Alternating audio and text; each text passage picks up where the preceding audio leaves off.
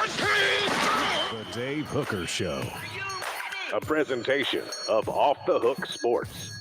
Objective insight, expertise, top guests. Available on YouTube, Apple, Spotify, and the Off the Hook Sports app. Download now for free. Also available on offthehooksports.com. I compute and obey. Now to Dave Hooker. Ready.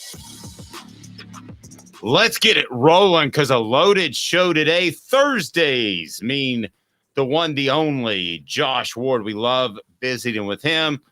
But I'm going to go ahead and tell you, Josh, comparatively to Caleb Calhoun, is chopped liver. And I'm saying that because I forgot to say hello to Josh before forgot to say hello to Caleb before we got rolling with John Adams on Wednesday. So I don't want to ever disrespect my man, especially since he's rocking the coolest shirt in the history of shirts.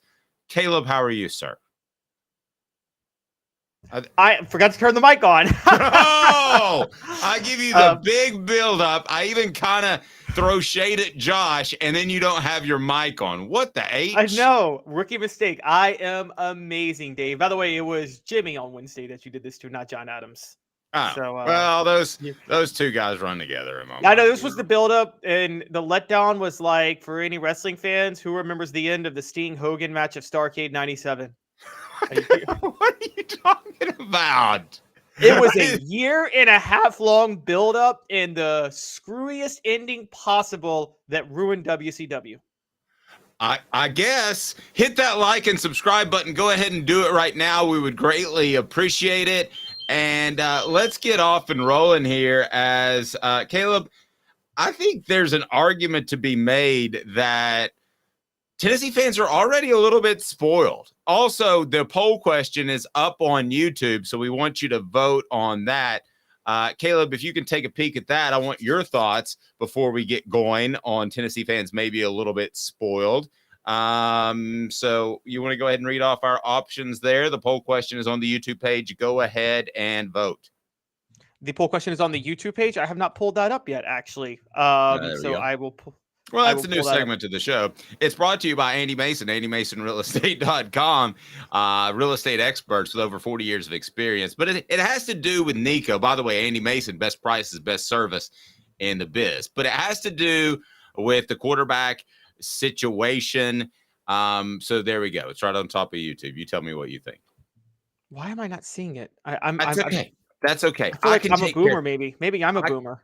I can take care of that part. Maybe you don't understand a boomer. So you don't know how to use. I hate to tell you, but Gen X is struggling from time to time. Here it is. Looking back, how did Josh Heupel handle the Vols quarterback situation? So vote there. You have three options. Perfectly. Poorly. Okay. Nico should have played. Perfectly with 43%. Okay. Nico should have played with 43%. Poorly, only 14%. And it's a perfect transition. Hello, Carlos. I haven't seen you before. Go Vols, back to you. It leads us in a perfect transition to, in honor of Norm Macdonald, who I've gone through another resurgence. I'm just watching him ask questions of Blake Griffin at an NBA Finals and making Blake Griffin laugh. But in honor of Norm Macdonald, it's our daily segment. What the H? What the? What was he thinking? Release the hounds. The Dave Hooker Show. Keep cool. A presentation of offthehooksports.com. I love that you pulled this up. And this was a tweet by, give the individual credit. Who was the person who tweeted this? The tweet comes from a guy named Tucker Harlan, who is a member of Fox Sports Knox. He's 2020. He's a member of the Tennessee class of 2024 with WTK Rock Solid Sports as well. And he basically tweeted out yesterday Tennessee's record through 8 games over the past 15 years. And you want me to give the information real quick? I do. So what the H is, why are you guys so upset with a season in which Tennessee would have beaten Florida with Cooper Mays, stood toe-to-toe with Alabama for a half, and this is just year 3. When I'm out in the community, and I'm not throwing shade at any of our people who are on the message board at all, because I love you. Hit the like and subscribe button. I truly do. We have an incredibly educated, fair group of people that we love working with in our message board. But when I'm out in the community, business members, because, I run the business end of this thing to a large extent with the help of one very unlucky missus in this whole endeavor, but they're happy. They're excited. About the future. So give me the stats, because I'm like, why is Tennessee's fan base not happier with where the program is? So give me the stats that, was it Tucker Carlson put out? No, it was not Tucker Carlson. It was Tucker Harlan. Okay. The stat says through 8 games over the last 15 years, this is Tennessee's best season through 8 games over the last 15 years, except for last year. So people are upset that Tennessee didn't match last year. But if you look at Tennessee's record through 8 games and you take out last year, it's better than any other season since Philip Fulmer's last year in 2008. And actually, you can even go further back. This one doesn't go far back enough. I can tell you this right now. It's actually Tennessee's best record through 8 games since 2006. So it's actually the last 18 years, 2022 notwithstanding. Okay. Here is what Rocky Top Tom says, and I'm going to give you a piece of information I got yesterday that I think is going to blow you away, Caleb. Are you ready? Ready. Okay. Rocky Top Tom says, we wouldn't have beaten Florida just because Cooper Mays is on the field. Horrible play calling, bad call, and starting Joe Milton and refusing to open the playbook cost us that game, cost us Bama too. I'm not defending Alabama, okay? But I'm going to tell you what happened at Alabama, because I got some really good info yesterday. Alabama or Florida? Sorry. Alabama. Okay. So, but let me start with Florida. Cooper did affect it that much. It would have affected the entire offensive playbook that much more. Caleb, I think you probably agree with that, right? I'm fully on board with that. I firmly believe that Cooper Mays would have affected it that much. Okay. As for the Alabama game, Josh Heupel screwed up. And Caleb, this is going to fly in the face of your analytics, but he has told people privately that he shouldn't have gone for it on 4th down on his own end with the lead. He has told people that privately. Now, you may not like it, but I know he has said that. And you have to at least agree. I don't want to get into really the philosophical debate as much as he thinks that was a major factor. And he said, that's something I won't do again, especially on the road. In other words, it speaks to all of what we're talking about. And that is, he is still a young coach. What, 44? He is growing and learning. Is he that old? I think he might be 44. I think you're right. Okay. He is growing and learning and getting better. And you look back at that. Can we pull up that tweet of Tucker Carlson's that I'm going to Harlan? We may hire him one day, Caleb, but we're going to keep calling him Tucker Carlson. All right, you want me to share the? Yeah, can we share the tweet? Can we put? Okay, there it is. This is pretty phenomenal. So kudos to this young man. So Tennessee in 2023 through 8 games the last 15 years, 6-2 now. They were 8-0 last year, as you know. Before that, 4-4. 2-6, 3-5, 3-5, 3-5, 5-3, 4-4, 3-5, 4-4, 3-5, 3-5, 2-6, 4-4. This program is trending the right direction. This program is going to be, like I've said, a regular participant in the college football playoff. I'm Two more. I also want to point this out. They were 3-5 in 2008 also, which wasn't on there, and they were 5-3 in 2007, and they won the East in 2007. Yep. 2 games. Kudos to Tucker Carlson. I want to address this because some people are trying to bring this up to me.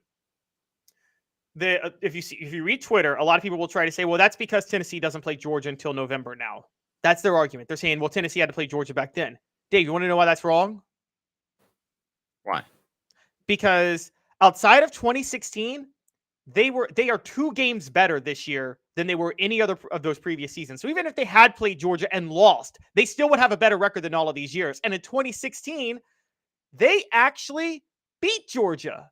So it wouldn't have mattered if they played Georgia in November or in October. And the same with 2007 when they were 5-3. They actually beat Georgia. So the schedule move of Georgia to November has no bearing whatsoever on this record at all.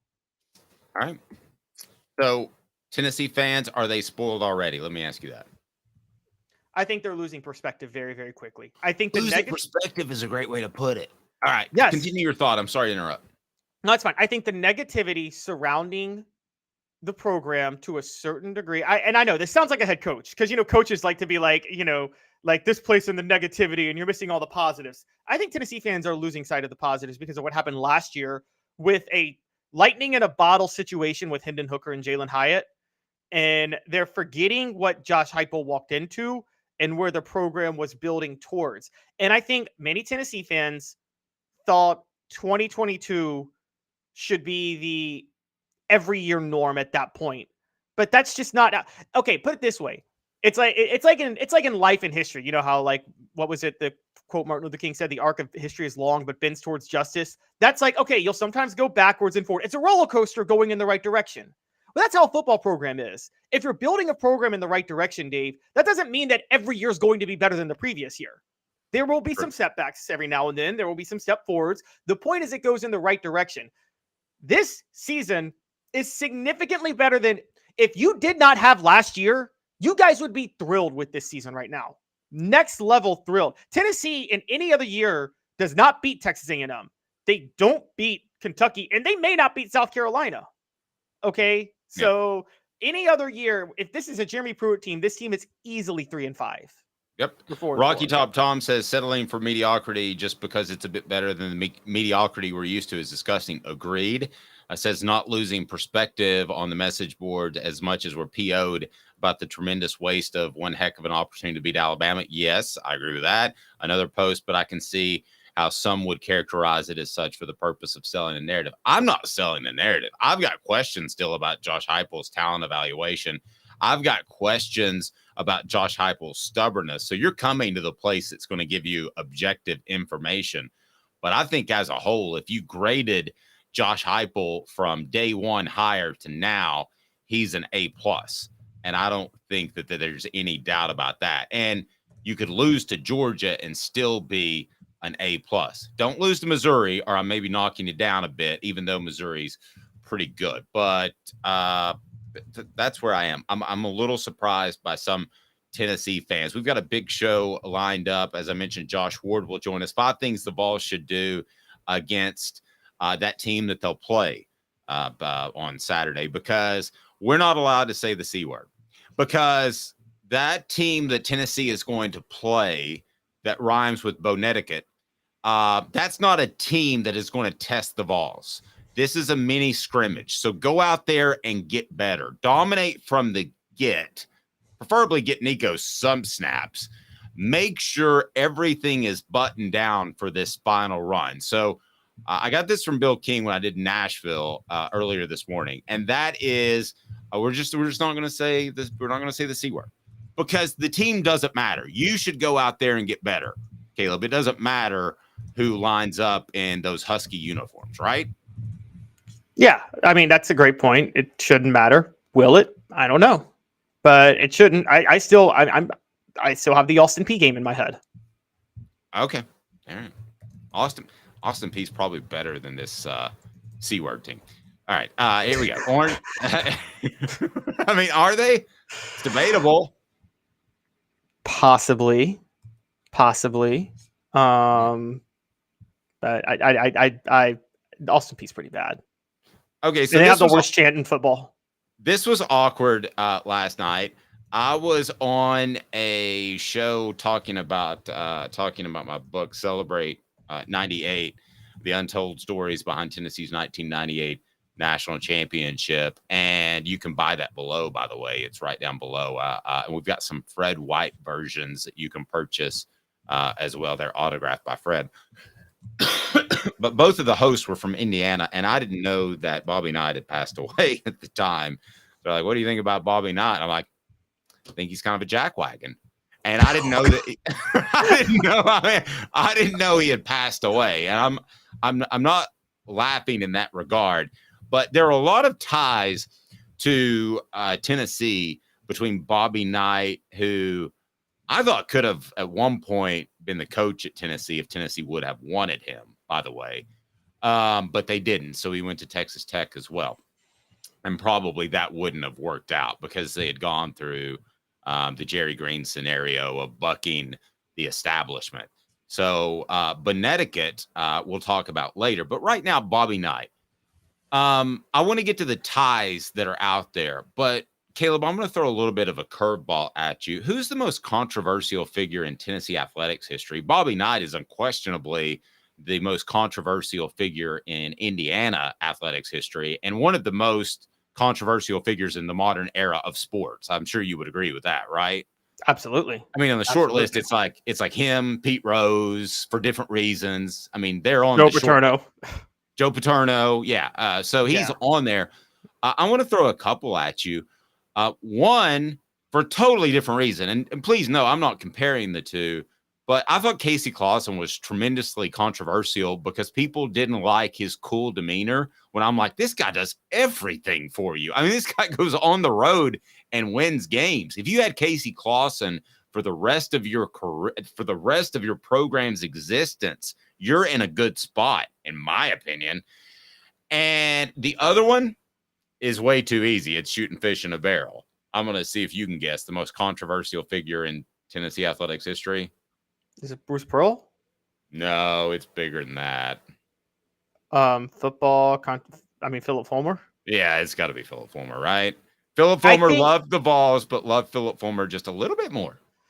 Yeah, so we all know what happened with Philip Fulmer getting the job was controversial. I think, and Dave, you were there in the 90s covering the team, so you could tell me. I don't know, but which job?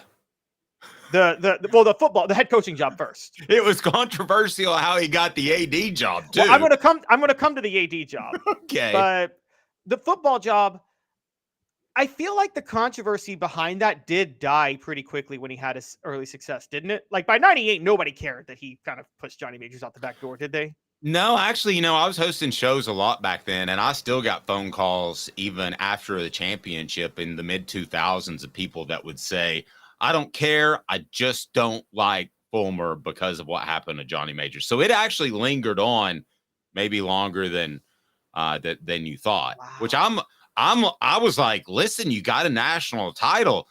Yeah, I don't care what the reason is, or if you had to send your previous coach, and I love Johnny Majors, right? But if you had to send your previous coach to Guantanamo Bay and you get a national title, them's the breaks, right? But a lot of people still stuck by Majors. Not to mention when Fulmer was rolling in the 90s, Johnny Majors went back to Pitt and just struggled badly, which was sad to see. Johnny Majors should have stayed retired after Tennessee forced him out in 92 because that was a really sad 4 years that he was at Pitt trying to rebuild the program there. But okay, so yes, the athletic director job, I think, makes him much more controversial, though, for obvious reasons. But it's with the football job, you could say, well, he at least had success, and it was the right move for Tennessee because they needed to move to a new era.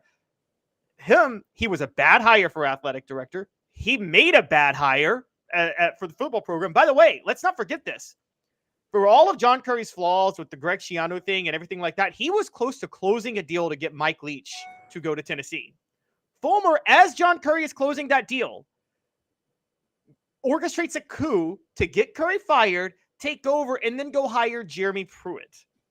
So by the time, now, rest in peace, Mike Leach, obviously, it's sad to say wouldn't have worked out given what we know now, but at the same time, when Fulmer is retiring with that beautiful, lovely severance package in 2021 and Jeremy Pruitt's fired and Tennessee's a wreck of a program, you're looking at Coach Fulmer, you're looking at Philip Fulmer and thinking, you orchestrated a coup to hire a coach that decimated the football program while nixing a hire that probably would have brought Tennessee more success than it's seen in 15 years.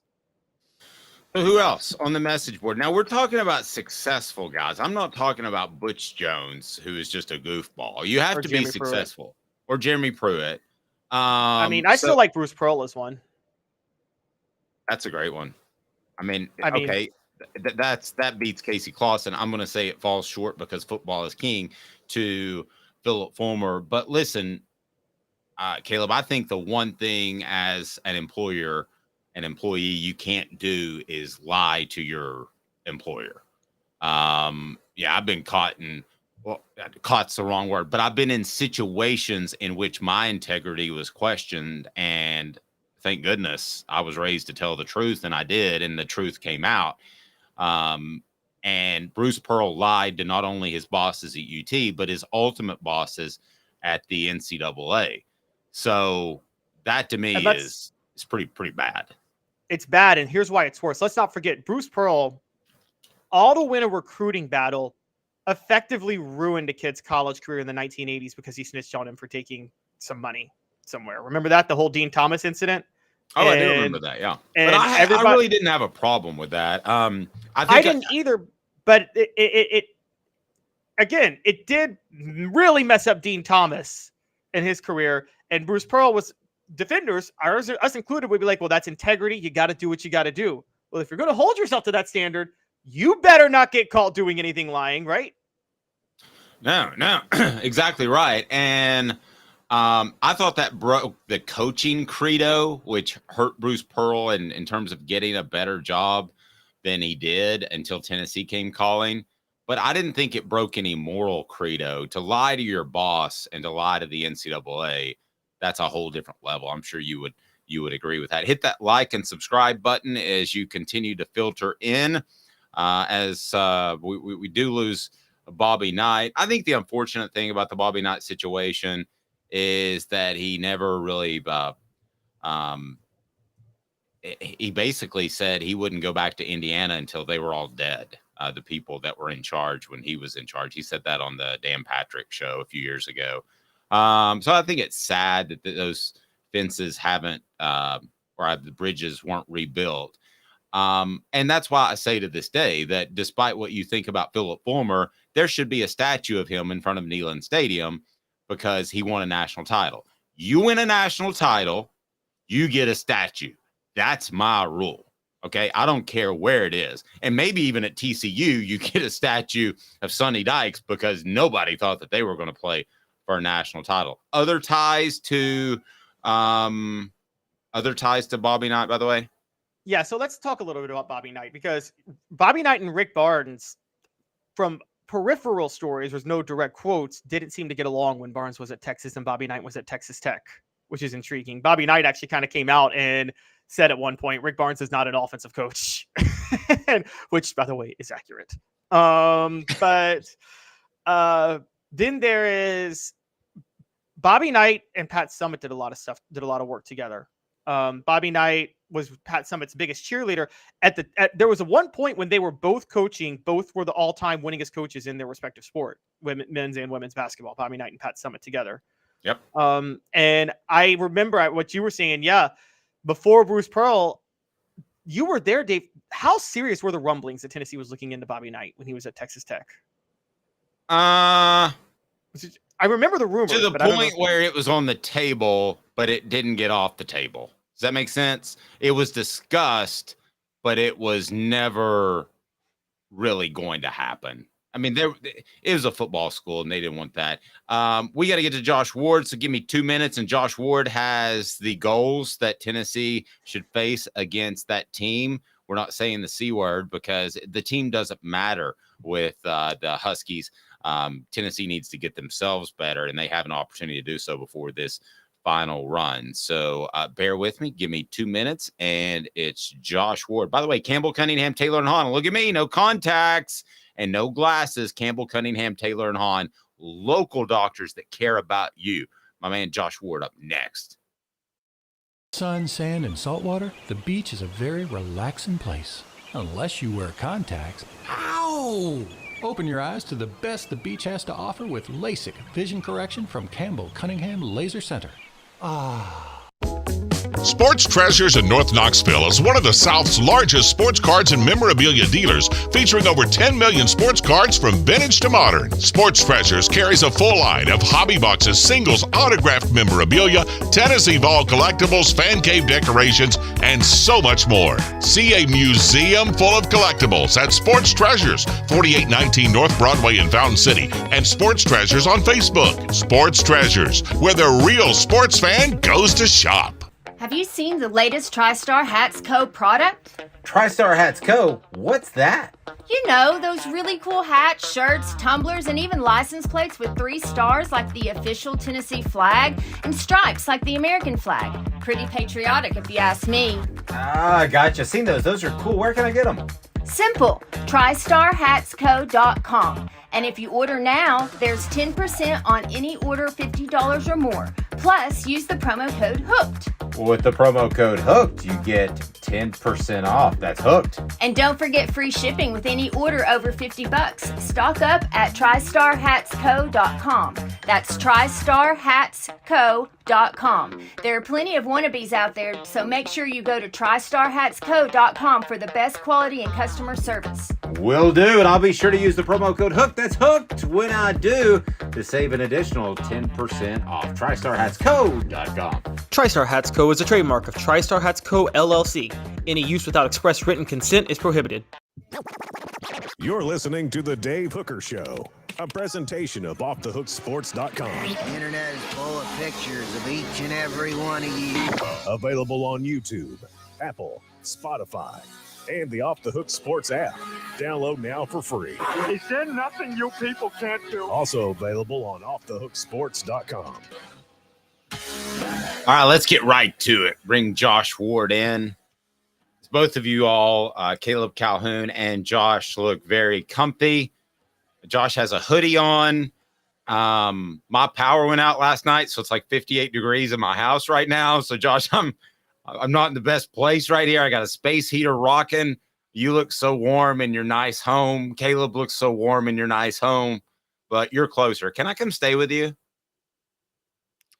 As long as you're ready to handle childcare duties when you do. You know I love your kids, man. I would do that in a heartbeat. Yeah, we're just going to leave them with Dave Hooker. What could go wrong? It'd be like the movie Uncle Hook instead of Uncle Buck. Was that the name of it? Yeah. John Candy. Yeah. Hey, can I be named Uncle Dave? Because my wife and I are both only children, so which explains my need for reaffirmation. But we're both only children, so I won't have any nieces or nephews. So can you be Uncle Dave? Yeah. Yeah, for a reasonable cost. We do this $529 plan for each of our kids, and we sell an opportunity to invest into those plans with some of the rewards, including uncle and aunt titles. So we can work it out. Okay, so this is Josh Ward's kids' NIL program is essentially what it is. That's right. I like that. I like it a lot. It is time for 4 Downs, and it's brought to you by our friends at Herald Group Security Solutions. Josh wrote a fantastic column on offthehooksports.com. What does Tennessee need to do against that team they'll play Saturday?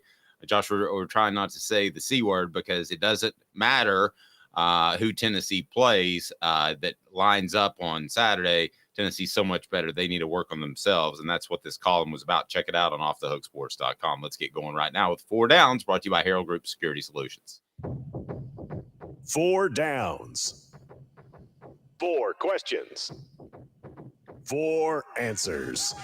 The Dave Hooker Show. 4 Downs. A presentation of offthehooksports.com. Okay, so before we get to what I thought were the 4 most important, you had one in particular that was empty the bench. And I think that's pretty much a given, Josh. Wouldn't you think so against this Huskies team?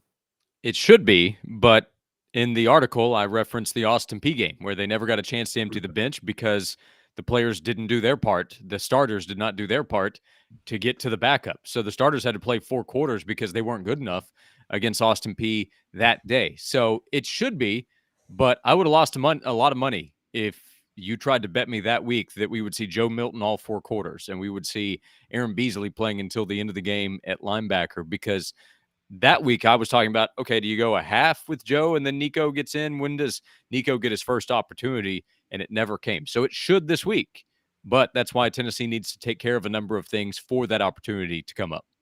Josh, Dave doesn't believe the Austin Peay game ever happened, though. Like he has fought me all week on this, that game's somehow not relevant to this game this weekend. it was a busy time. Did they play?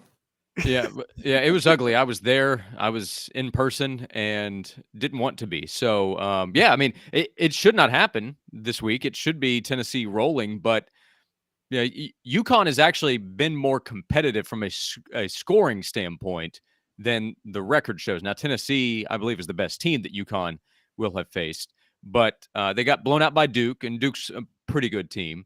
But if Tennessee doesn't go out there and take care of business, if they go out there and commit some penalties and they're punting earlier or they're kicking some field goals instead of scoring touchdowns, as has been a theme for this offense this season, then we're not going to see as much as we want to with Nico. Fans want to see Nico, and I think that's been obvious all season long. They should get a chance this week, but Joe Milton and the offensive line and the running backs need to do their part so that Nico and his freshman class and some of the second-year guys can get that opportunity. All right, Cooper Mays, what do people need to do to be a part of the program? And I think we got Jamal Lewis coming up tonight. I know I've teased that for our Celebrate 98 series. But what do people need to do, Coop? Cooper Mays here.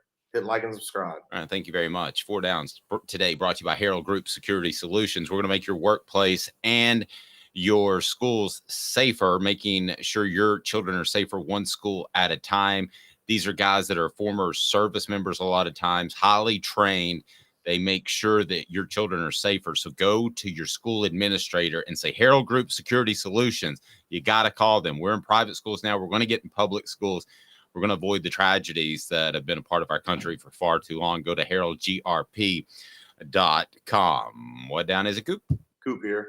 First down. All right, Coop, always bringing the energy on this segment. So we go number 1, Josh, and that is score 50. I hate the term Vols by 50 for the record, but Tennessee should score 50, right? Yeah, I'm not predicting 50-0, so they'd have to get even more to have that by 50 happen. But Tennessee hasn't scored 50 points this season. Last year, Tennessee scored 50 points in 6 games. Almost half the time Tennessee was scoring 50. A few of those times they hit 60+. So fans want to see it. You have a chance here at home, and I think it's a pretty easy ask. Look, if Tennessee goes out there and scores 49, they win 49-6 or something like that, people should walk away happy, not knowing exactly how they get there, of course. But 50 is a reasonable ask going into this kind of game. You schedule UConn in November for fans to come watch. Put on a show and entertain the fans for this noon homecoming game with a lot of touchdowns and a lot of points. Okay. I want to go to Caleb, but Coop's going to set him up for the next down. What down is it, Coop? Cooper Mays here. Second down. You think Mario Cristobal knows what downs it is usually? Sorry. Could help him out. Second down, Mario. Yes. Okay, so I wanted to go on to the next one you brought up, Josh, which is red zone touchdowns. Now, I'm going to be fair to Tennessee. There is a football god curse on football this year, where red zone performances have been horrible across the board in the NFL and college, and I don't know what's causing it, honestly. But I do like your point. Do you think they should? I know they kicked 4 field goals last week, but would you say maybe they showed a little more last week in the red zone than they had in the past? Because one of those field goals was, as time was expiring, they might have actually scored a touchdown had they had more time. And then the other one was a 49-yarder by Charles Campbell. So do you think they're actually showing, they just haven't had the chance to show improvement in the red zone with this new version of Joe Milton? Yeah, maybe. Joe's ability to run and do it more consistently within the offense is an added threat that opposing defenses have to worry about, and that should help them in the red zone. If they need to pick up a first down or a touchdown in a short yardage situation in the red zone, Joe should be a threat there. But let's see it, because it is still a question to me. Tennessee's tied for last in the SEC with Texas A&M in touchdown rate in the red zone. And part of the reason I I mentioned that in the column, is you're using this game to get ready for the next 2 weeks. And if we come out of it saying, yeah, they kicked a few more field goals, especially in the red zone or wherever you get to the 25 and you get stalled out and you have to kick a field goal, that's still no good for the offense. So if we're having this conversation next week, heading into a road game at Missouri, or for sure talking about the Georgia game in 2 weeks, then it's a little bit concerning. It doesn't mean everything's fixed if they're just lighting it up against UConn. I mean, if Joe gets some more opportunities, they may not even have red zone. They may have less red zone touchdowns. They might be able to score from outside the 20. Jalen Wright has that ability to break one. So does Dylan Sampson running the ball. But if they're there, they need to convert in the end zone. Can I give you guys both a theory as to why so many teams are struggling in the red zone? I think that defenses and defensive coordinators in the past couple of years have realized with the fact that offensive linemen can release downfield and the RPO game is so tough to stop. I think that makes it difficult to stop in the middle of the field. Their space is more limited when you're in the red zone. But I also think that some defensive coordinators are maybe holding their better play calls for defending the red zone. Josh, any thoughts on that? Caleb, I want to get your thoughts too. I don't know. Maybe they are in terms of calls on the defensive side. I mean, Tennessee's defense was able to get stops when they needed to at times last week, despite allowing a ton of yards up and down the field for Kentucky. And Kentucky putting up 27 points is a pretty good output for that team, I think. But red zone calls, I'm not sure. I think quarterback play is pretty good in the league, but I think it's down from where it was a year ago. That's part of the case at Tennessee. That's the case at Alabama. Two of the best in the country last season. So that would be where I'd probably start the conversation. But I'm sure there are a number of reasons. Maybe defensive coordinators, because of that, are willing to bend a little bit, believing they can get stops when it matters, because that tightened space for sure does help in terms of what you can call with that back of the end zone, providing extra safety help, essentially. Caleb, the term bend but don't break used to be like a bad term. It's just life in college football right now. Well, see, this is where I was going. Your point, y'all's points would make sense, but guys, it's worse in the NFL. Red zone play's been horrible in the NFL this year. I mean, historically atrocious. I think it's this simple, honestly. I think because, and it was in college football, but because now football has moved so much more in favor of the athletic quarterback, where accuracy's gone out the window. And because they're not coaching offensive line how to block and hold blocks anymore at lower levels, lack of accuracy and lack of ability to hold blocks wreck red zone plays a lot of times. And so I think that, like in the NFL, Lamar Jackson, all you got to do to beat Lamar Jackson most of the time is play soft coverage and wait till he gets in the red zone, and you know who's going to mess up in the red zone. In the NFL and college, I would also argue you can't place your hands on wide receivers, which is made it tougher to stop in the middle of the field. All right, let's get to what down, Coop? Tennessee center Cooper Mays here. Third down. All right, third down. These are goals for Tennessee against those Huskies other than just winning. Dante Thornton getting going. So we saw a sign of that last week. Do we see more of that this week? That was a positive last week, right? He made a few plays. 3 catches, 63 yards. He's not Jalen Hyatt. Nobody should be talking about Dante Thornton in that role at this point. But he still can be a big play threat. He still is 6'5" with elite athleticism, I believe. So let's see if he can get a shot or two against a UConn defense that will not be able to match what he has physically out there in the field. And playing on the outside might allow him some more comfort. And if he's able to have a big play, that should help with his confidence getting ready for SEC play. Qualifier, yes, tougher competition when he has to go back into SEC games, at least against Missouri and Georgia. But last week should provide a building block for Dante Thornton in this offense. All right, Caleb's got the possession down. Here we go. All SEC center Cooper Mays here. Fourth down. All right, Josh, your last fourth down is a big one, which it is restart the pass rush. But I'm going to push back on it a little bit and ask you, before I let you talk about why it's so crucial, but was the pass rush really non-existent last week, or were officials just not calling any holding plays whatsoever? Because I felt like Tyler Barron was held at least 4 times in the game. He was held several times. I don't think he's the only defensive lineman, is he?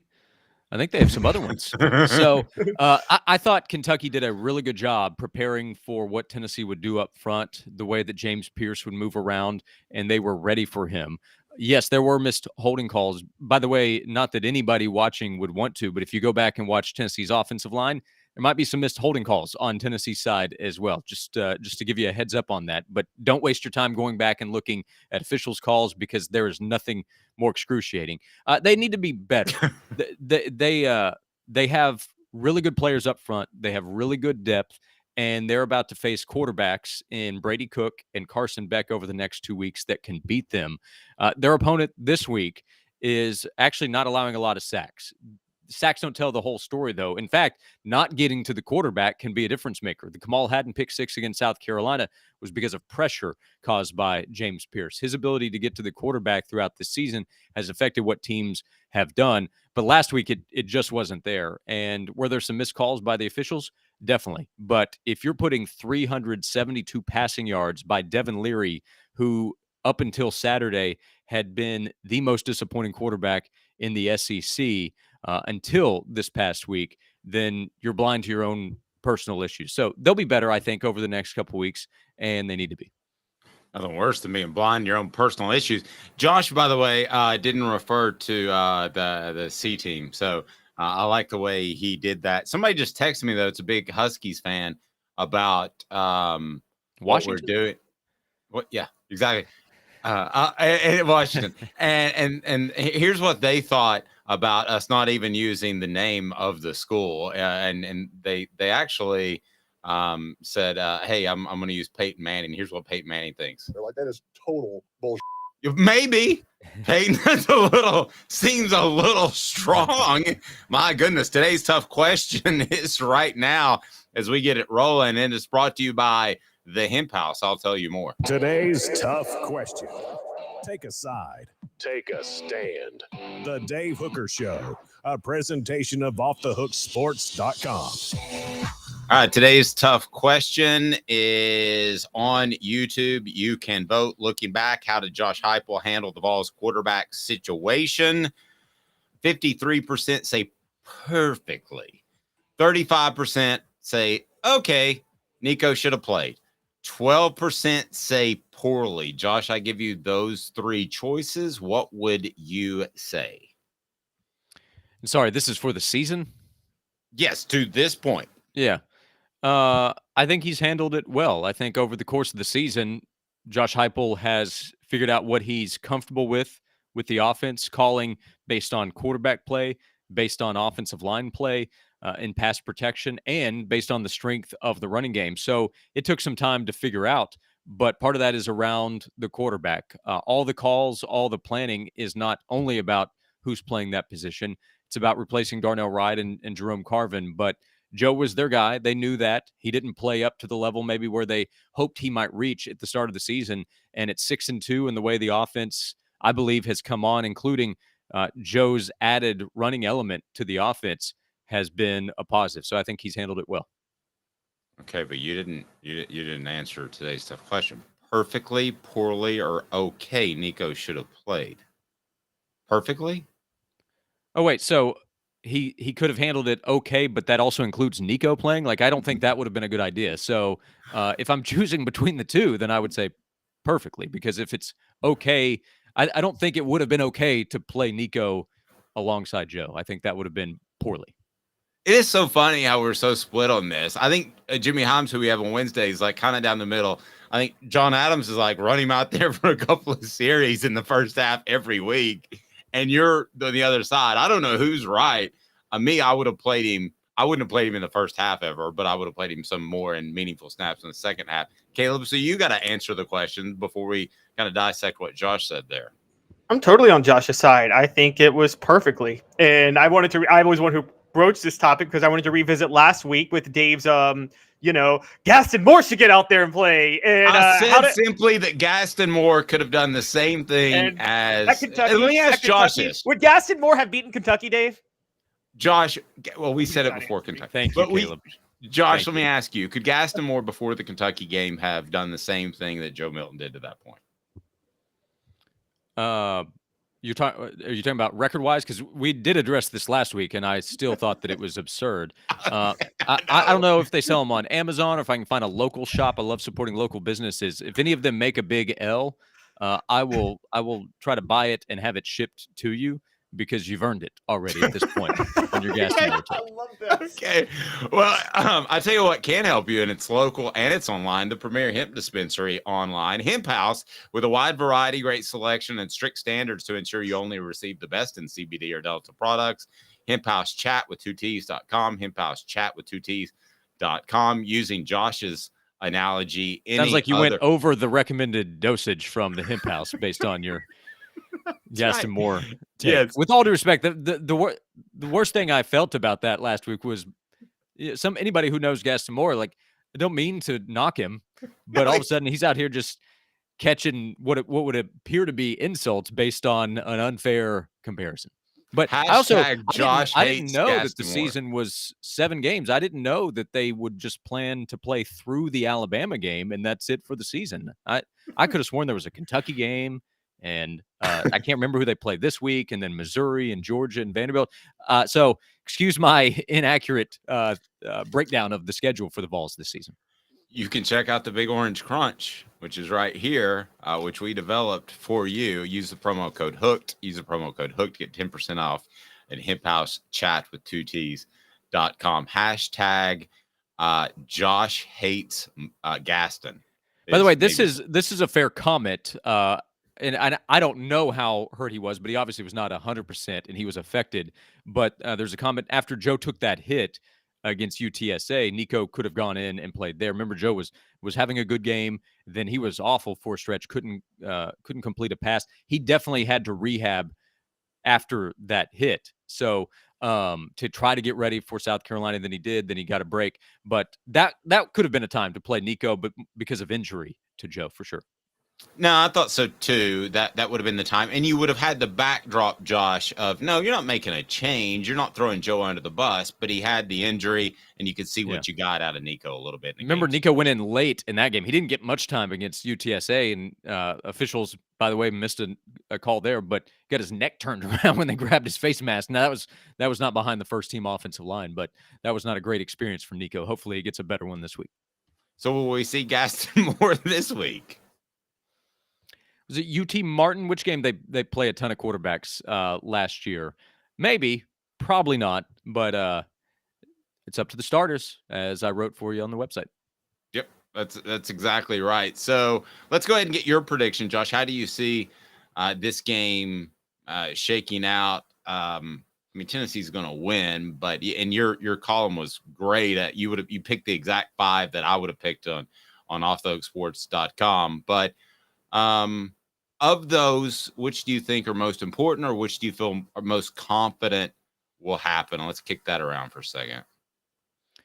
Well, I would expound on the pass rush and just say I think the defense will go out there and have a dominant day. I think the offense will do well. I do think they'll score more touchdowns and score quickly. So I think we'll be at the start of or the middle of the second quarter and be having the conversation of, okay, when do the backups get in? How much will we see Nico? I think they're going to go out there, play well early, and get a big win. Yeah, I think Tennessee was a little afraid of Kentucky's running game. So they played a lot of zone to be facing the line of scrimmage, and they didn't really zone blitz much at all. I think they can, Caleb, I really believe they can dial up pressure anytime they want to. Yeah, I think so too. And I thought that was kind of the other thing I meant to mention to Josh outside of the holding penalties was it did seem like the focus for them was not letting Ray Davis go off. Now, again, they decided we'll let Devin Leary try to beat us throwing from the pocket. And if he does, we'll shake his hand. And Devin Leary played as well as he could possibly play doing that. And I think they were willing to let that happen to make sure that Ray Davis didn't go off. It very much reminded me of the Florida game last year when Anthony Richardson had over 400 yards, where they weren't really focused on bringing as much pressure in that game. I think this week they're going to turn it loose. Taquan Robinson is the only reason they might not get a lot of sacks is Jim Moore Jr. Anybody who followed him with the Falcons, knows he will force the West Coast offense on any quarterback he has whatsoever. And Taquan Robinson is the guy that he's going to force that on now, despite the fact that Robinson is more of a runner and is completing 57% of his passes. So, Josh, if you could have any, and Josh is on Noon to 3 of the Sports Animal. Josh, if you could have any coach on your program to answer completely honestly any question that you would come up with. Okay, so he has to be on typical radio segments, what, about 12 minutes? You got 12 minutes with him, and he has to be honest. He can't filibuster. Where would Jim Mora rank on that list? Jim Mora is pretty good with his history in the sport. I mean, right now, Jim Harbaugh is number one. But beyond that, yeah, I don't know. Mora's a big name. He's had a kind of a weird path in the sport, wouldn't you say? Yes. His time with the Falcons and the Vic connection there. Was he with the Seahawks for one season, and then UCLA? So plus his dad's history, I'm sure he's got some stories there. So yeah, Jim Mora would actually rank quite high. He would rank high. Okay, so yeah, you'd rather have him than because I think I'd get some really good stories. Okay, you'd rather have him than Nick Saban? No, total honesty, Saban would be probably top 3 to 5. But I would have some of his, like Lane would be higher than Saban because Lane might even know more than Saban about what has gone on in Saban's time. Jimbo would be very high because he already knocks on the door of honesty. He tried last summer and then decided to close it back real quick. How about Butch Jones? First question out of the chute. Welcome back from the break. When did you realize you were a sociopath? No, Butch has always been honest. Like when he told us about Shai Tuttle falling on a helmet, and he told us that's the truth. I met with Jimmy Himes yesterday, and that discussion came up again of how absurd that was. Yeah. Josh, I got to be honest. Butch Jones got exposed as such a bad liar and such a sociopath. Do you remember that 2017 team where fans were actively rooting for Tennessee to not just lose, but get blown out each week because they wanted to see Butch Jones humiliated? I remember it was a tough year. It was a tough year. My favorite part about that season was actually I believe it was in August. It was preseason camp where at the end of practice, Butch Jones says to Patrick Brown, hey, if you catch a punt from Trevor Daniel, then I'll open up half a scrimmage for the media. And Patrick, very confident, he's sneaky athletic, said, okay. He ran over there and easily caught the punt. And, of course, no scrimmage was ever open for the media. Nah. But there's some good Butch Jones stories for sure. Josh, you want to throw out a score prediction? Are they going to score 50? I will say 52-7. 52-7. My favorite Butch Jones story, really quickly, is when I've told Caleb this, but I haven't told you this, Josh, is when a parent, a dad of a current player called and said, you don't know me, but I follow your work, and I just want to know, and I wasn't the only person he called, I just want you to know that if my son gets charged with assault, that it's because he's constantly berated by Butch Jones, and there's a chance my son will knock him out. Yeah, I mean, he had at least one reported incident with a player. So, yeah, it's a tenure that probably could have gone better in the end when I look back at it. And this is not even the player that I think you're thinking about. I'll text you after the show. Have a blessed day, sir. And somebody suggests Uncle Hook, but Josh had never called me Hook, so that would sound weird. But if I can be an honorary Uncle Dave, I'm all in. We'll negotiate that. You still want some cash out of the deal. Can I give it to their college fund, or does it go straight to your entertainment pocket? No, we're going $529. We can probably even find you some kind of tax benefit, but I'll show you the budget with 3 small children, and you'll understand at least the ask. You don't get without asking. Because my kids are old now, and so I do miss like Halloween and stuff like that, which I hope you had a great Halloween. We had a blast. The kids loved it. Yeah, we dressed up as the Skywalkers. I was Anakin one time, and we couldn't find the picture on Tuesday night, so my wife cried that we couldn't find the picture, but we'll find it. So yeah, what about I don't know, just can I take your kids to Dollywood and give you guys a Saturday off sometime? No, that's not going to cut it.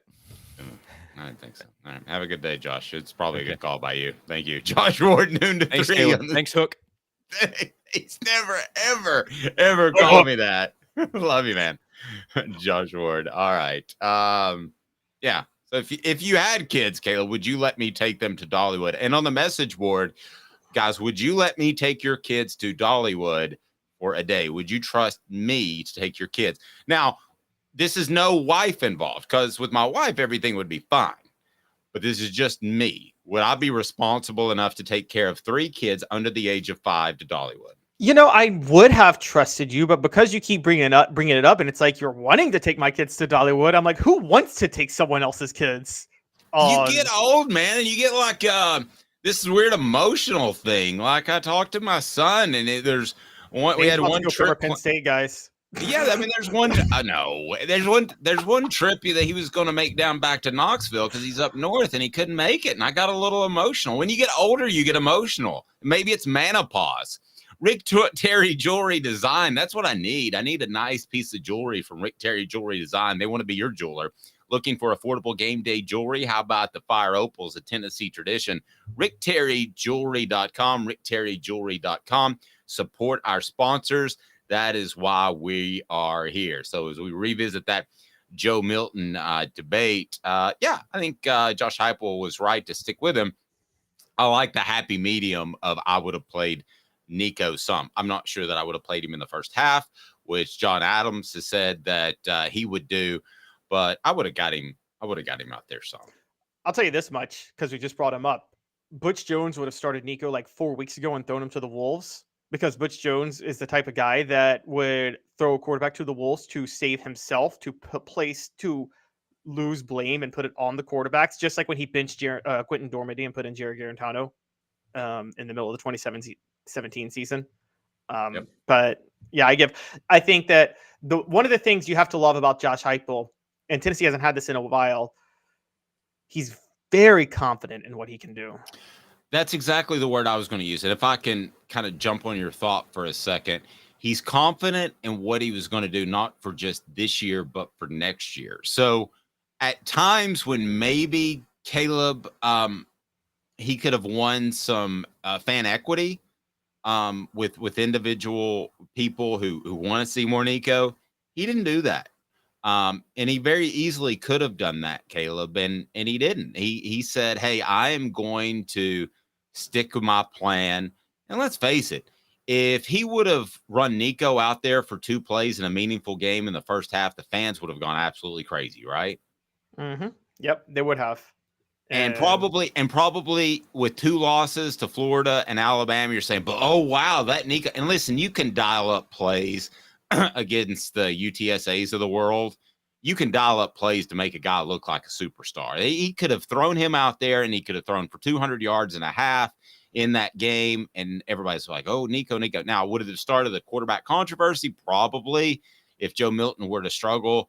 But in retrospect, and I've criticized, that's, I think, the difference between us, Caleb, and some other people. I don't dig my heels in the sand. In retrospect, I think they're a 1-loss football team, if not for the Cooper Mays injury. And what more could you ask at this point? Orange Blood, I see you. He does deserve a few series here and there, especially with the way he's practicing that I've been told. And there's this ongoing joke on our message board that he's a bust. He's not a bust. Everybody that I talk to say he's ready and good to go. So we'll go ahead and put that to bed right now. But yeah, it would have been interesting. It would have been great content, but would it have been the right coaching move? I don't know. And this is yes. Just before you go, this actually separates Heupel even from Fulmer, the second half of Fulmer's tenure, Dave, that was your peak time covering, was the second half of Fulmer's career at Tennessee. I felt like Fulmer was not fully confident in his decisions after Cutcliffe was gone a lot of times, because he didn't fully trust Randy Sanders. And I just felt like he made a lot of decisions that came out of fan pressure, I felt like. No, that's true. And let's face it, in 2005, I mean, to be a tenured coach and shuffling quarterbacks back and forth between Rick Clausen and Eric Ainge, that, no offense to Philip Fulmer, we all have our bad days, but that was pure buffoonery, right? That was very bad coaching. It was very bad coaching from the start. And honestly, I think Fulmer, was right for preferring Ainge, because the minute they fully gave Rick Clausen the job, Clausen he didn't have the base level to play in the SEC consistently. He didn't. I agree with that. There was a ceiling, but the team was so on board with Clausen. First of all, best option would have been to pick one, play him. If you have to make a change, don't change back no matter what. So those are the option 1, option 2.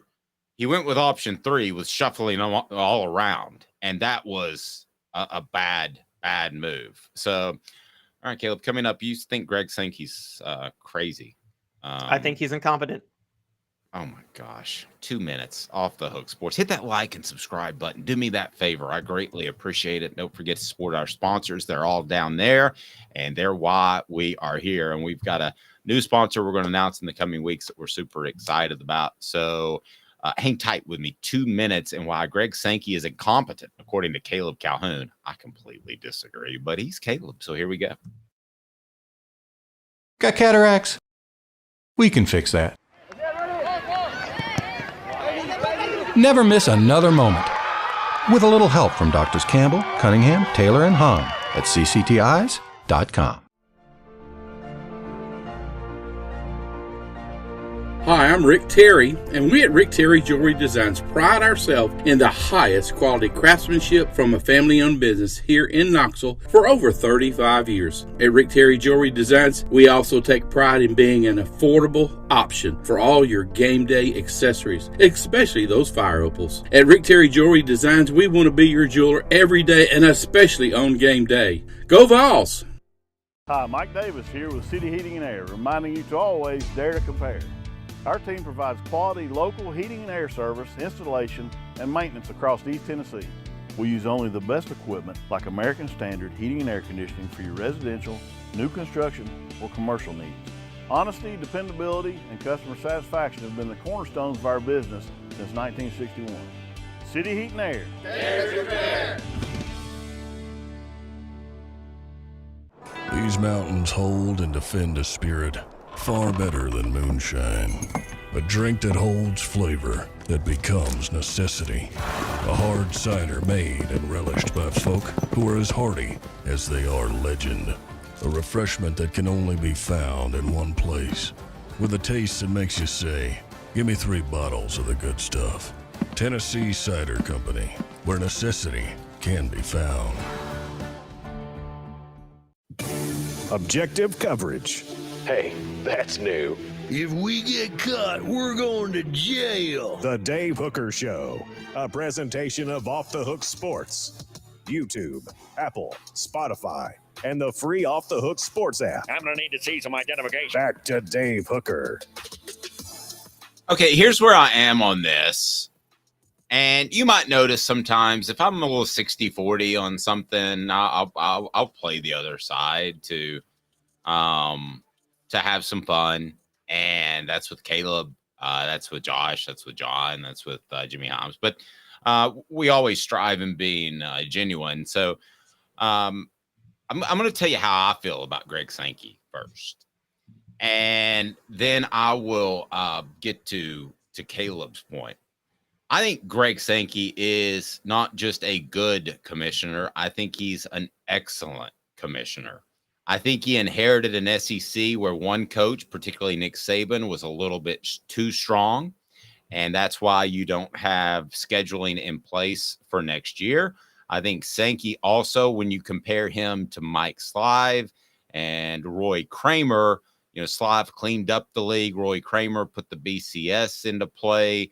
And ultimately, Greg Sankey's going to be remembered for expanding the conference, which I think he's done a great job with Texas and Oklahoma. And I know, Caleb, you're going to tell me that, of course, when they call, you have to take that call. And it would be like somebody saying, I want to be the biggest advertiser on Off the Hook Sports. Of course, I'm going to say, well, let's work that out. But I think he's excellent. This is not for show. This is not any of that. I think he's an excellent commissioner. And you do not think so. First of all, people absolutely agree with you. So be nice to me, Caleb, because I'm definitely in the minority. Ed says agree with Caleb on the commish because Caleb's about to rip him. Travis says Greg Sankey is a bust. Smoky Mountain Red said Saban's water boy. Ed said I'm crazy.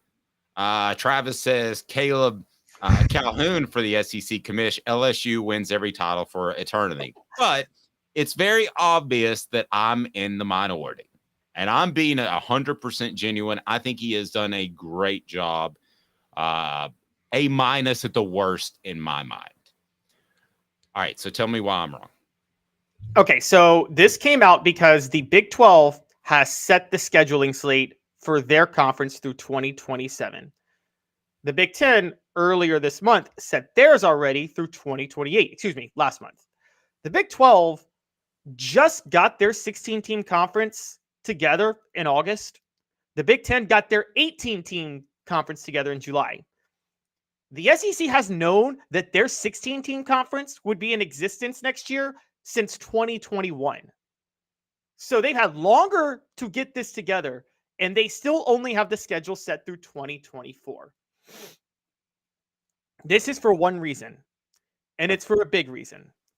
It's not Alabama and Nick Saban pushing things. It is SEC teams are worried about the lack of payout for going to a bowl game because Greg Sankey struck such a bad deal with ESPN.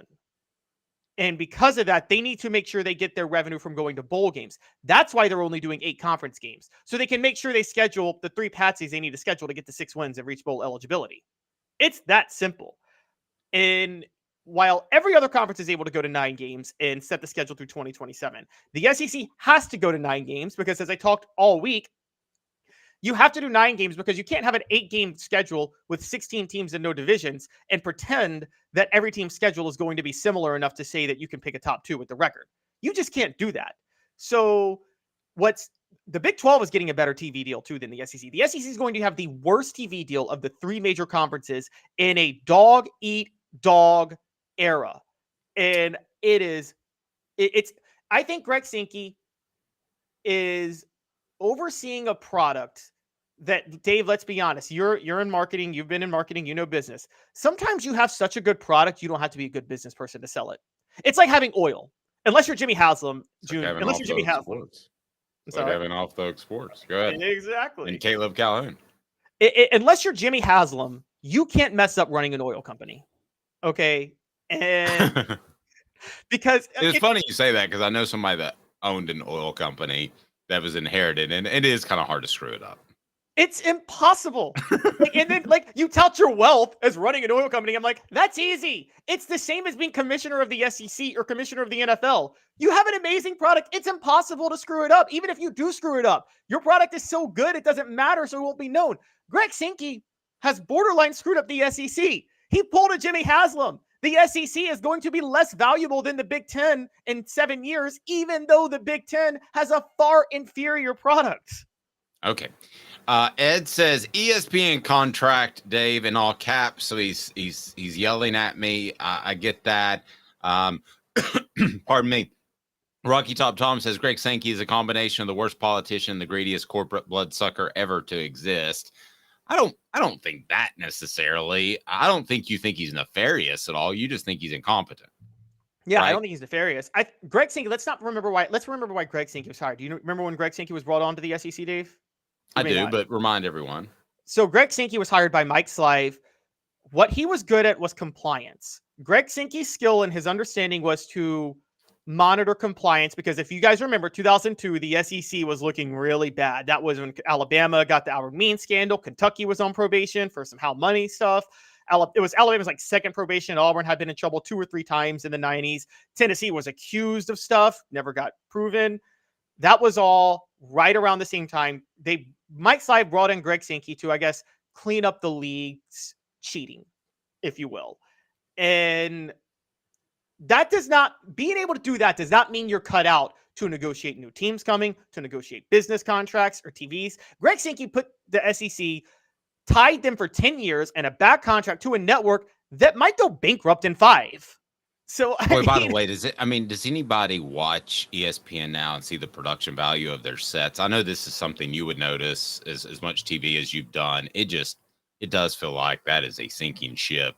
Everybody's agreeing with you. I'm basically by myself. So I'm going to defend myself one last time. I think the Texas and Oklahoma making that thing work, that he deserves credit for. It was a phone call. Absolutely right. I think all of the conferences you just mentioned don't have an 800-pound gorilla in the room named Nick Saban. And I think he has more pull. I mean, let's face it. If I'm Shane Beamer, I'm just picking a random person out there, and Nick Saban says, I don't like this scheduling model. I need you to vote for me. I don't know if he's politicking or not. Then Shane Beamer's probably going to do it. And here's why. Because Shane Beamer may need to be in the Saban rehab, coaching rehab one day. I mean, Saban has resurrected a lot of careers. If he makes a phone call or shoots a text, like, I'd really like this to go this way, he has 10 times more pull than any of the coaches in any of the conferences you just mentioned. So I think what you have is a Saban issue. I don't think you have a Sankey issue. Now, as for the television contracts, had a chance to speak to Sankey at SEC Media Days, gave me a little wink. I want to see how all this money shakes out.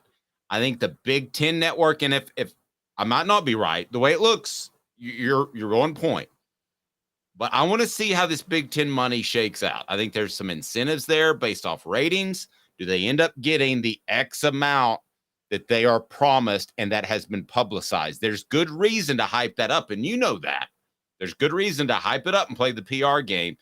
And does the SEC get a little more than we think? I think that's going to be closer at the end of the day than you do.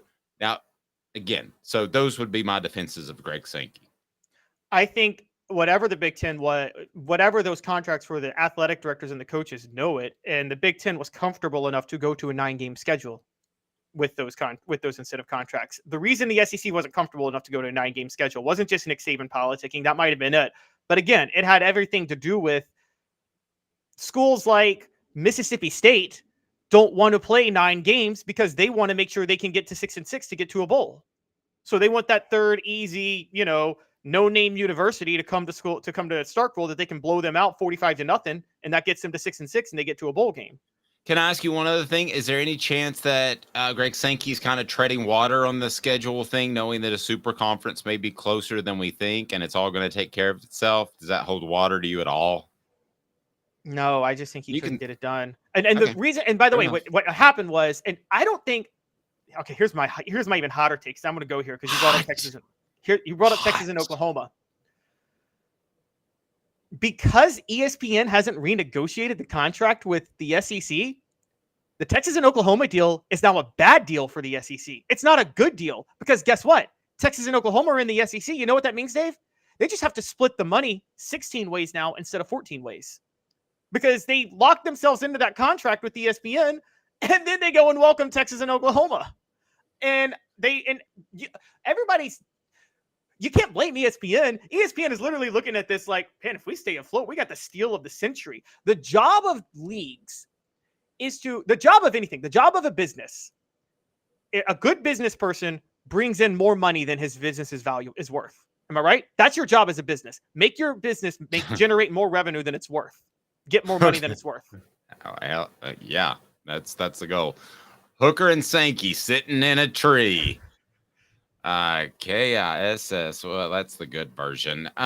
Okay, well, we can agree to differ, and I don't think that either of us are going to give for the next couple of years until we see that what money's actually paid out and if there is a mega conference. But I think it's the one thing that we 100% genuinely are on the opposite sides of. But everybody agrees with you, so maybe I need to reevaluate Dave and what I'm doing in life. In a conference era, and we're going to talk about this a lot more over the next few years too, probably, because there will be some stories coming out weekly that I'm going to keep harping on. In a conference era, where only one conference will be standing as a super conference in 5 to 10 years, I think Greg Sankey may have positioned the Big Ten to be that conference over the SEC. That would be shameful if that happened. By the way, our poll question on Twitter, you can vote on that. Looking back, how did Josh Heupel handle the quarterback situation perfectly? Is now leading pretty significantly, 55%. Nico should have played at 34%, poorly at 10%. So go ahead and hit that like and subscribe button. We appreciate that because we got some big time picks for you coming up. As Caleb, do you want me to share with everybody how you've done in picks? Have you done good? Okay. How's your gambling wallet treating you this year? Well, my overall picks are good, but my gambling wallet's not treating me well because I only pick on my best bets, and I'm worse on the bets that I think are locks than the bets that I think are not locks. How crazy is that? So last week I went 9-6, but on the bets of the week I went 1-2. So on the year I'm 94-84 on all bets that I've picked, but on ones that I've actually put money on, I'm 13-14. So it's got to come back, and I am still. And by the way, yes, I will be drinking mayonnaise in my coffee tomorrow because that's right, because your picks were so incredibly bad. No, because I had the over for Oregon and Utah, and I think figure out a game this week as we go down the list, and then you tell me another bet I got to do next week if it happens. We're gonna have fun with this. By the way, speaking of mayonnaise and coffee, Titans and Steelers play tonight, but yeah, Will Levis also humiliated me. What the hell does that have to do with mayonnaise? Will Levis. Oh, I got you. Okay, yeah. All right. So yeah, he was the guy who likes the mayonnaise and coffee. I don't think it sounds that bad. I mean, it's just a creamer. But I like mayonnaise on crackers, just good old saltines crackers. I used to call that even though I was dating my now wife at the time, but I used to call that the bachelor lunch or the bachelor dinner, when you would just have crackers. This is when I was like 19, crackers, mayonnaise, and Tabasco. Anybody else think that's good? It's good. I hate mayonnaise, period. I ask for no mayonnaise on my sandwiches when I get them from so this bet tomorrow really means something to you. It means something. Should we do it with Fred or without Oh, we Fred? should. Fred will find it funny because there's a saying that goes around, particularly on like hip hop radio now, when like something is too white, it's like the mayonnaise is just too heavy. I guess your hip hop sayings. Smoky Mountain Red says I suck at betting. When I bet on what I think is a perfect easy pick, there is an upset. I'm always that guy. I do have about 4 or 5 fills per season that I feel really, really good on, and I'm really good on those. But it's just random. All right, so I want to get to the Tennessee one because Tennessee is a 35.5 point favorite over that C team, and the over-under is 54.5. But let's start with Ole Miss. Ole Miss 3-point favorite over Texas. Texas A&M. The over is 53.5. What do you got? Ole Miss is going to cover, and it's going to hit the over. I think Lane Kiffin is going to pour it on. I feel like Jimbo Fisher and Bobby Petrino, I've been picking the rift to break apart that team, and I think it finally starts this weekend. Ole Miss covers at home. Okay, and the ship seems to be sinking at Arkansas, but you like them this week. Arkansas has only lost one game by more than one score all year. They're a defensive-oriented team. Florida's not a good football team. It's a noon kickoff. Dave, you know this. The Swamp ain't that loud at noon. And so I think Arkansas, reinvigorated with their offensive coordinator fired, Sam Pittman playing ball control, I think they're going to put up a fight, and I think they might lose, but it'll be like a field goal game, and your typical ugly SEC game hits the under defensive. Do you remember part of the reason the Swamp was so loud is because you could leave at halftime and go get drunker? It was the only, for like 20 years, it was the only, they just outlawed that like 10 years ago. Well, you and got also to pass out. Can you imagine in the middle of like a concert or something like Metallica, maybe? That they say, all right, we're taking a little break here. Go out and get more hammered, and we'll be back to do Master of Puppets in just a second.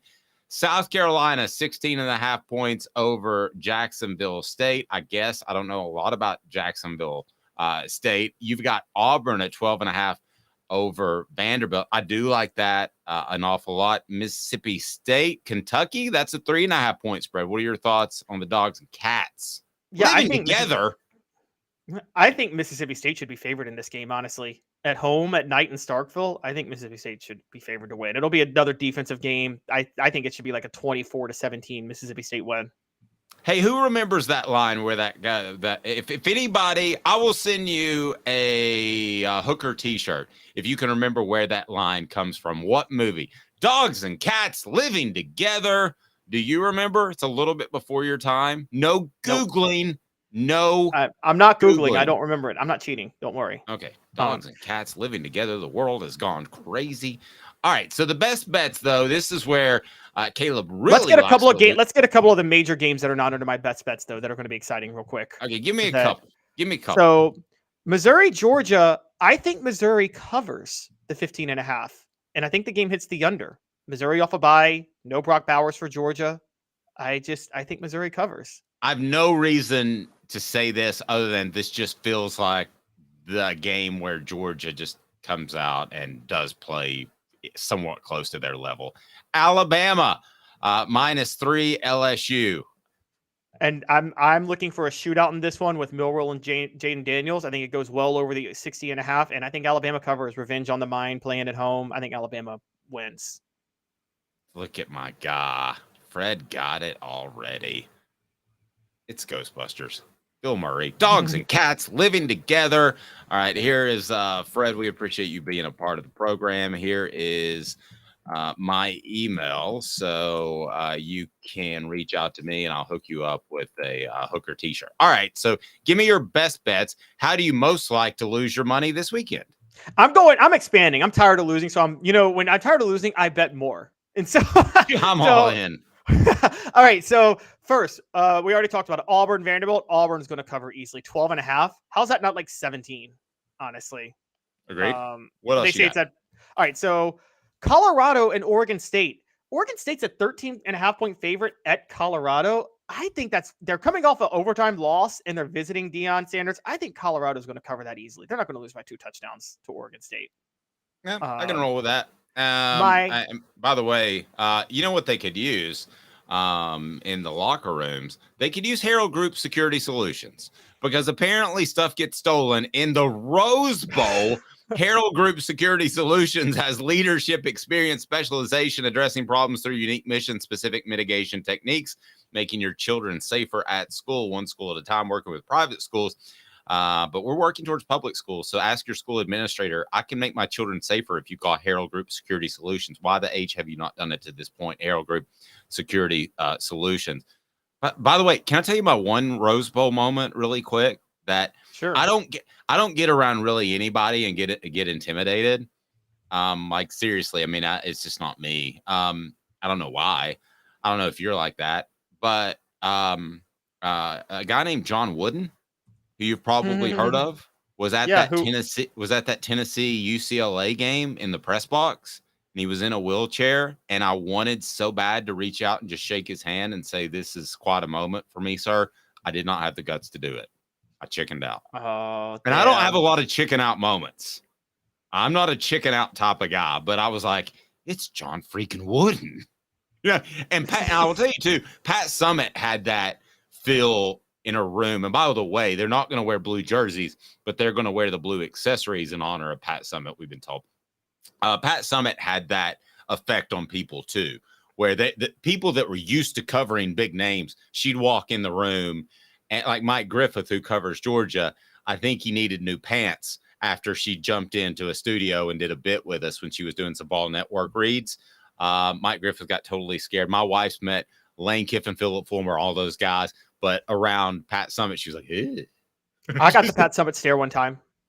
I had to interview Sydney Spencer, and I was a freshman at Tennessee, and I didn't know that the whole SID rule of calling the SID. I thought you could just walk on the court and practice and interview people.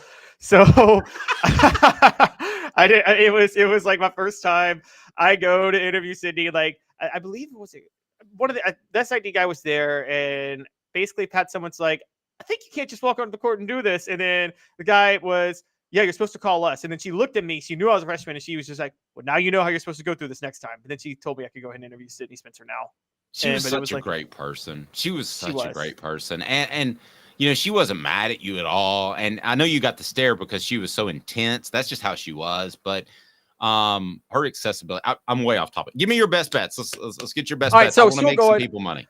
All right, so I've talked about Colorado and Oregon State. You got to tell me if you agree. Do you agree Colorado covers or not against Oregon State plus 13.5? I'm not even going to pick because I'm all over the place in Colorado. I think they're the most unpredictable college football program, and I think you would agree with that this season, right? I would. Okay, so Arkansas, Florida, again, under 50.5. I think this is going to be a very low-scoring game. What about you? Yep, I agree with both of those. All right, a couple more. My money line. I'm going to do a dog of the week now, and my dog of the week is a cat. I got Arizona upsetting UCLA at home. They upset Oregon State at home last week. I think Arizona is slowly becoming one of the hottest teams in football right now. So what do you think? Dogs Arizona? and cats living together. Best post on the message board. Nathan says, I cringe when Caleb picks games. Ouch. What are your thoughts, Dave? I don't need to hear somebody cringe when I pick. You think Arizona picks. What do you think, Peyton Manning? Oh, no. You're like, that is total bullshit. And Dave is scared to pick with me because he's scared of Pac-12 football. But I got my last one. This is my favorite one. Are you ready? Are y'all ready for some points? Dave, do you like points? The more the merrier. USC and Washington. Okay, you got two Heisman candidates, a Lincoln Riley defense. Penix. Is it Penix? Penix and Caleb Williams. Mm-hmm. The over-under is set at 76.5. That over-under should have been set at 90. Honestly, I think there's going to be 100 in that game. I think 100 points will be scored in that game. What do you think? If Penix shows up big. He's Caleb Calhoun. I'm Dave Hooker. Off the Hook Sports. Have a fantastic morning, afternoon, or day.